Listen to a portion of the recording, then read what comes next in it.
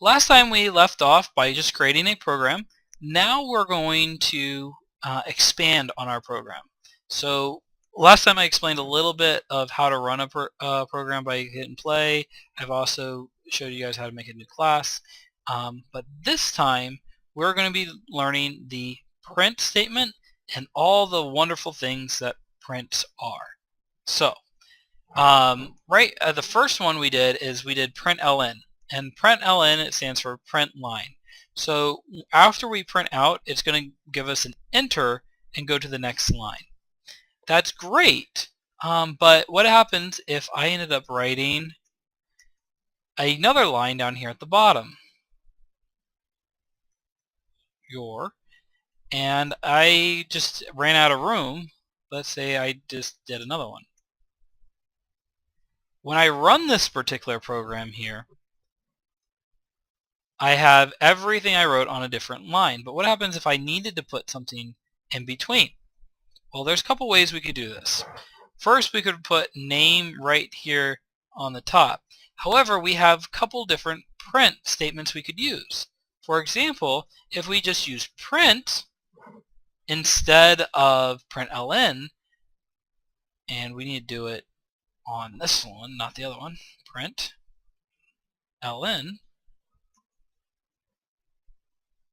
which it doesn't matter, ln, what is your name? What ends up happening is it doesn't put the new line in there. So you can see, oh, hello Kyle, oh, we have the println, so we're going to go to the next line. What is your, and it stops, and then it prints out on the next line, name, and then we have the println, so we're going to have the enter and the after it. But you might notice that there's no space in between your and name. It actually merged them together. Now the reason it does this is we just stop right here. Our cursor is right there under your, and then we just start putting our name. We don't actually tell it to put a space. So if we put a space here, it would run it, because after it gets finished with this particular line, it's stopping here, and then it prints out name. That would be one way to solve that problem. Another way would be to put a space here after name. So we're going to save and run that, and it does exactly the same thing. So we print all the way up to the R, and then on the next line we do space name. So that's one way of doing it there. Now, a couple other things that I'm going to be showing you is kind of how to join text together and some of the commands within Java. So the first thing I'm going to show you is the Newline Character. You guys can create a brand new line with the println. Automatically puts one at the end. But we can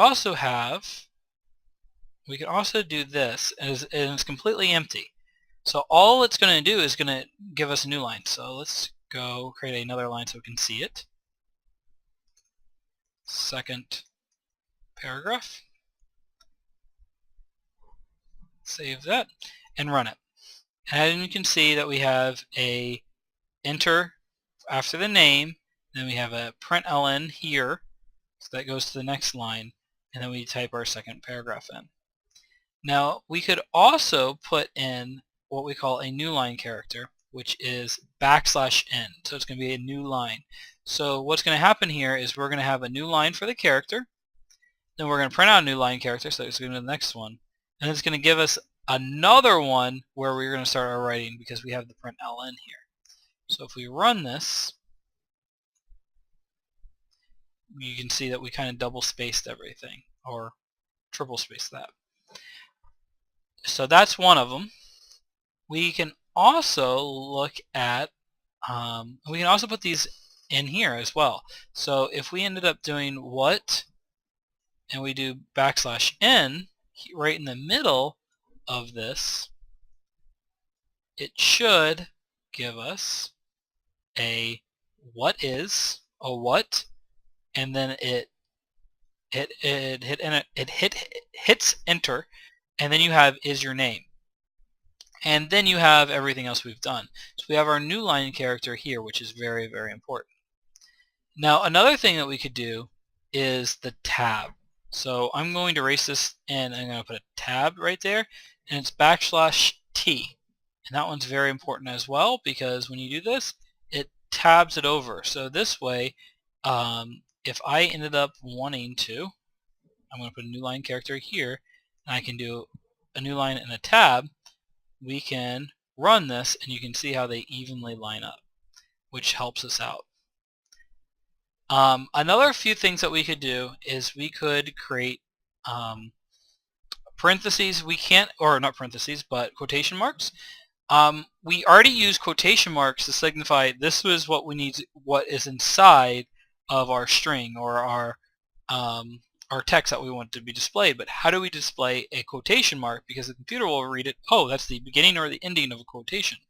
So the way we're going to do this is the backslash again, and we're going to do backslash quotation and backslash quotation.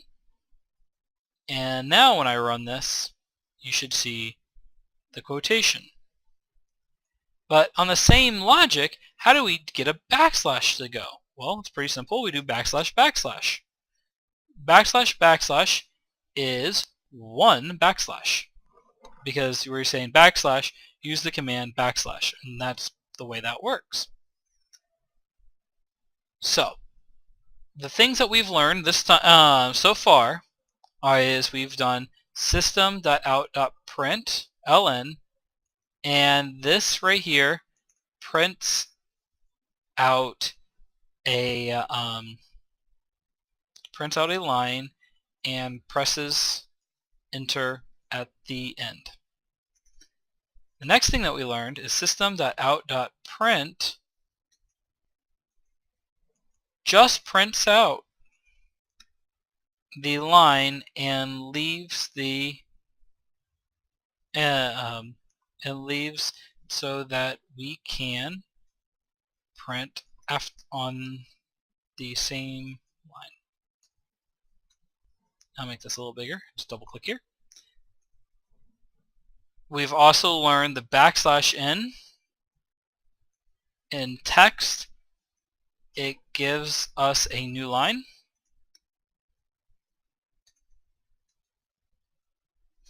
And we now have a tab, which is a tab, the text.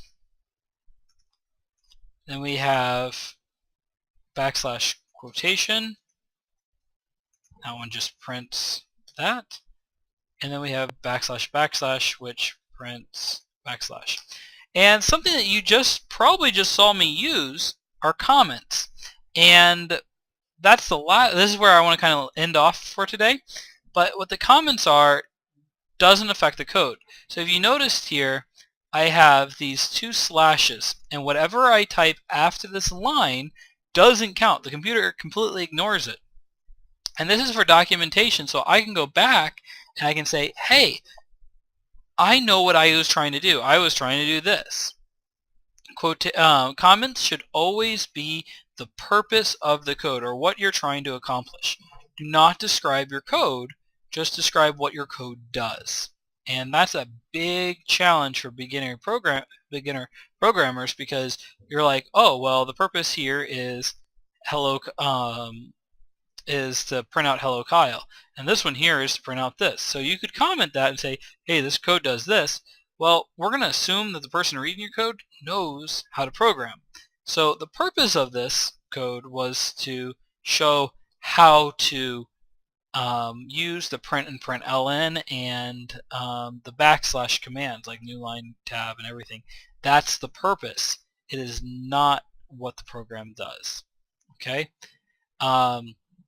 So that's the idea there. So a single slash will give us one giant line. And we can keep on going forever if you want. And same thing with this one. There's also another way of doing this, and it's called a multi-line comment. You're going to do /*, and Eclipse will automatically give you another star. In between this and this, you can type as many lines as you want. You can write a paragraph if you want. You can comment out code so it no longer works, or that code is no longer, those commands are no longer executed. So let's say blah blah blah multi-line. Boom! So now when we run this, it still doesn't this does absolutely nothing. There is another one called a Javadoc comment. This is kind of out of the scope of this particular tutorial, but the way you do that is you put 2 stars, and you notice how it turns blue opposed to the green. That's a visual difference that you guys can see, but the Javadoc is more for documentation that Java will automatically do for you, which is kind of cool. But we are not going to be doing that anytime soon. But I do want to show you what it is. So hopefully you guys learned something. Hopefully you guys can do some beginner assignments. Next time we're going to be talking about variables. We're going to be talking about all the primitives, and then we're going to talk about a few objects as well. So anyway, I will see you guys next time.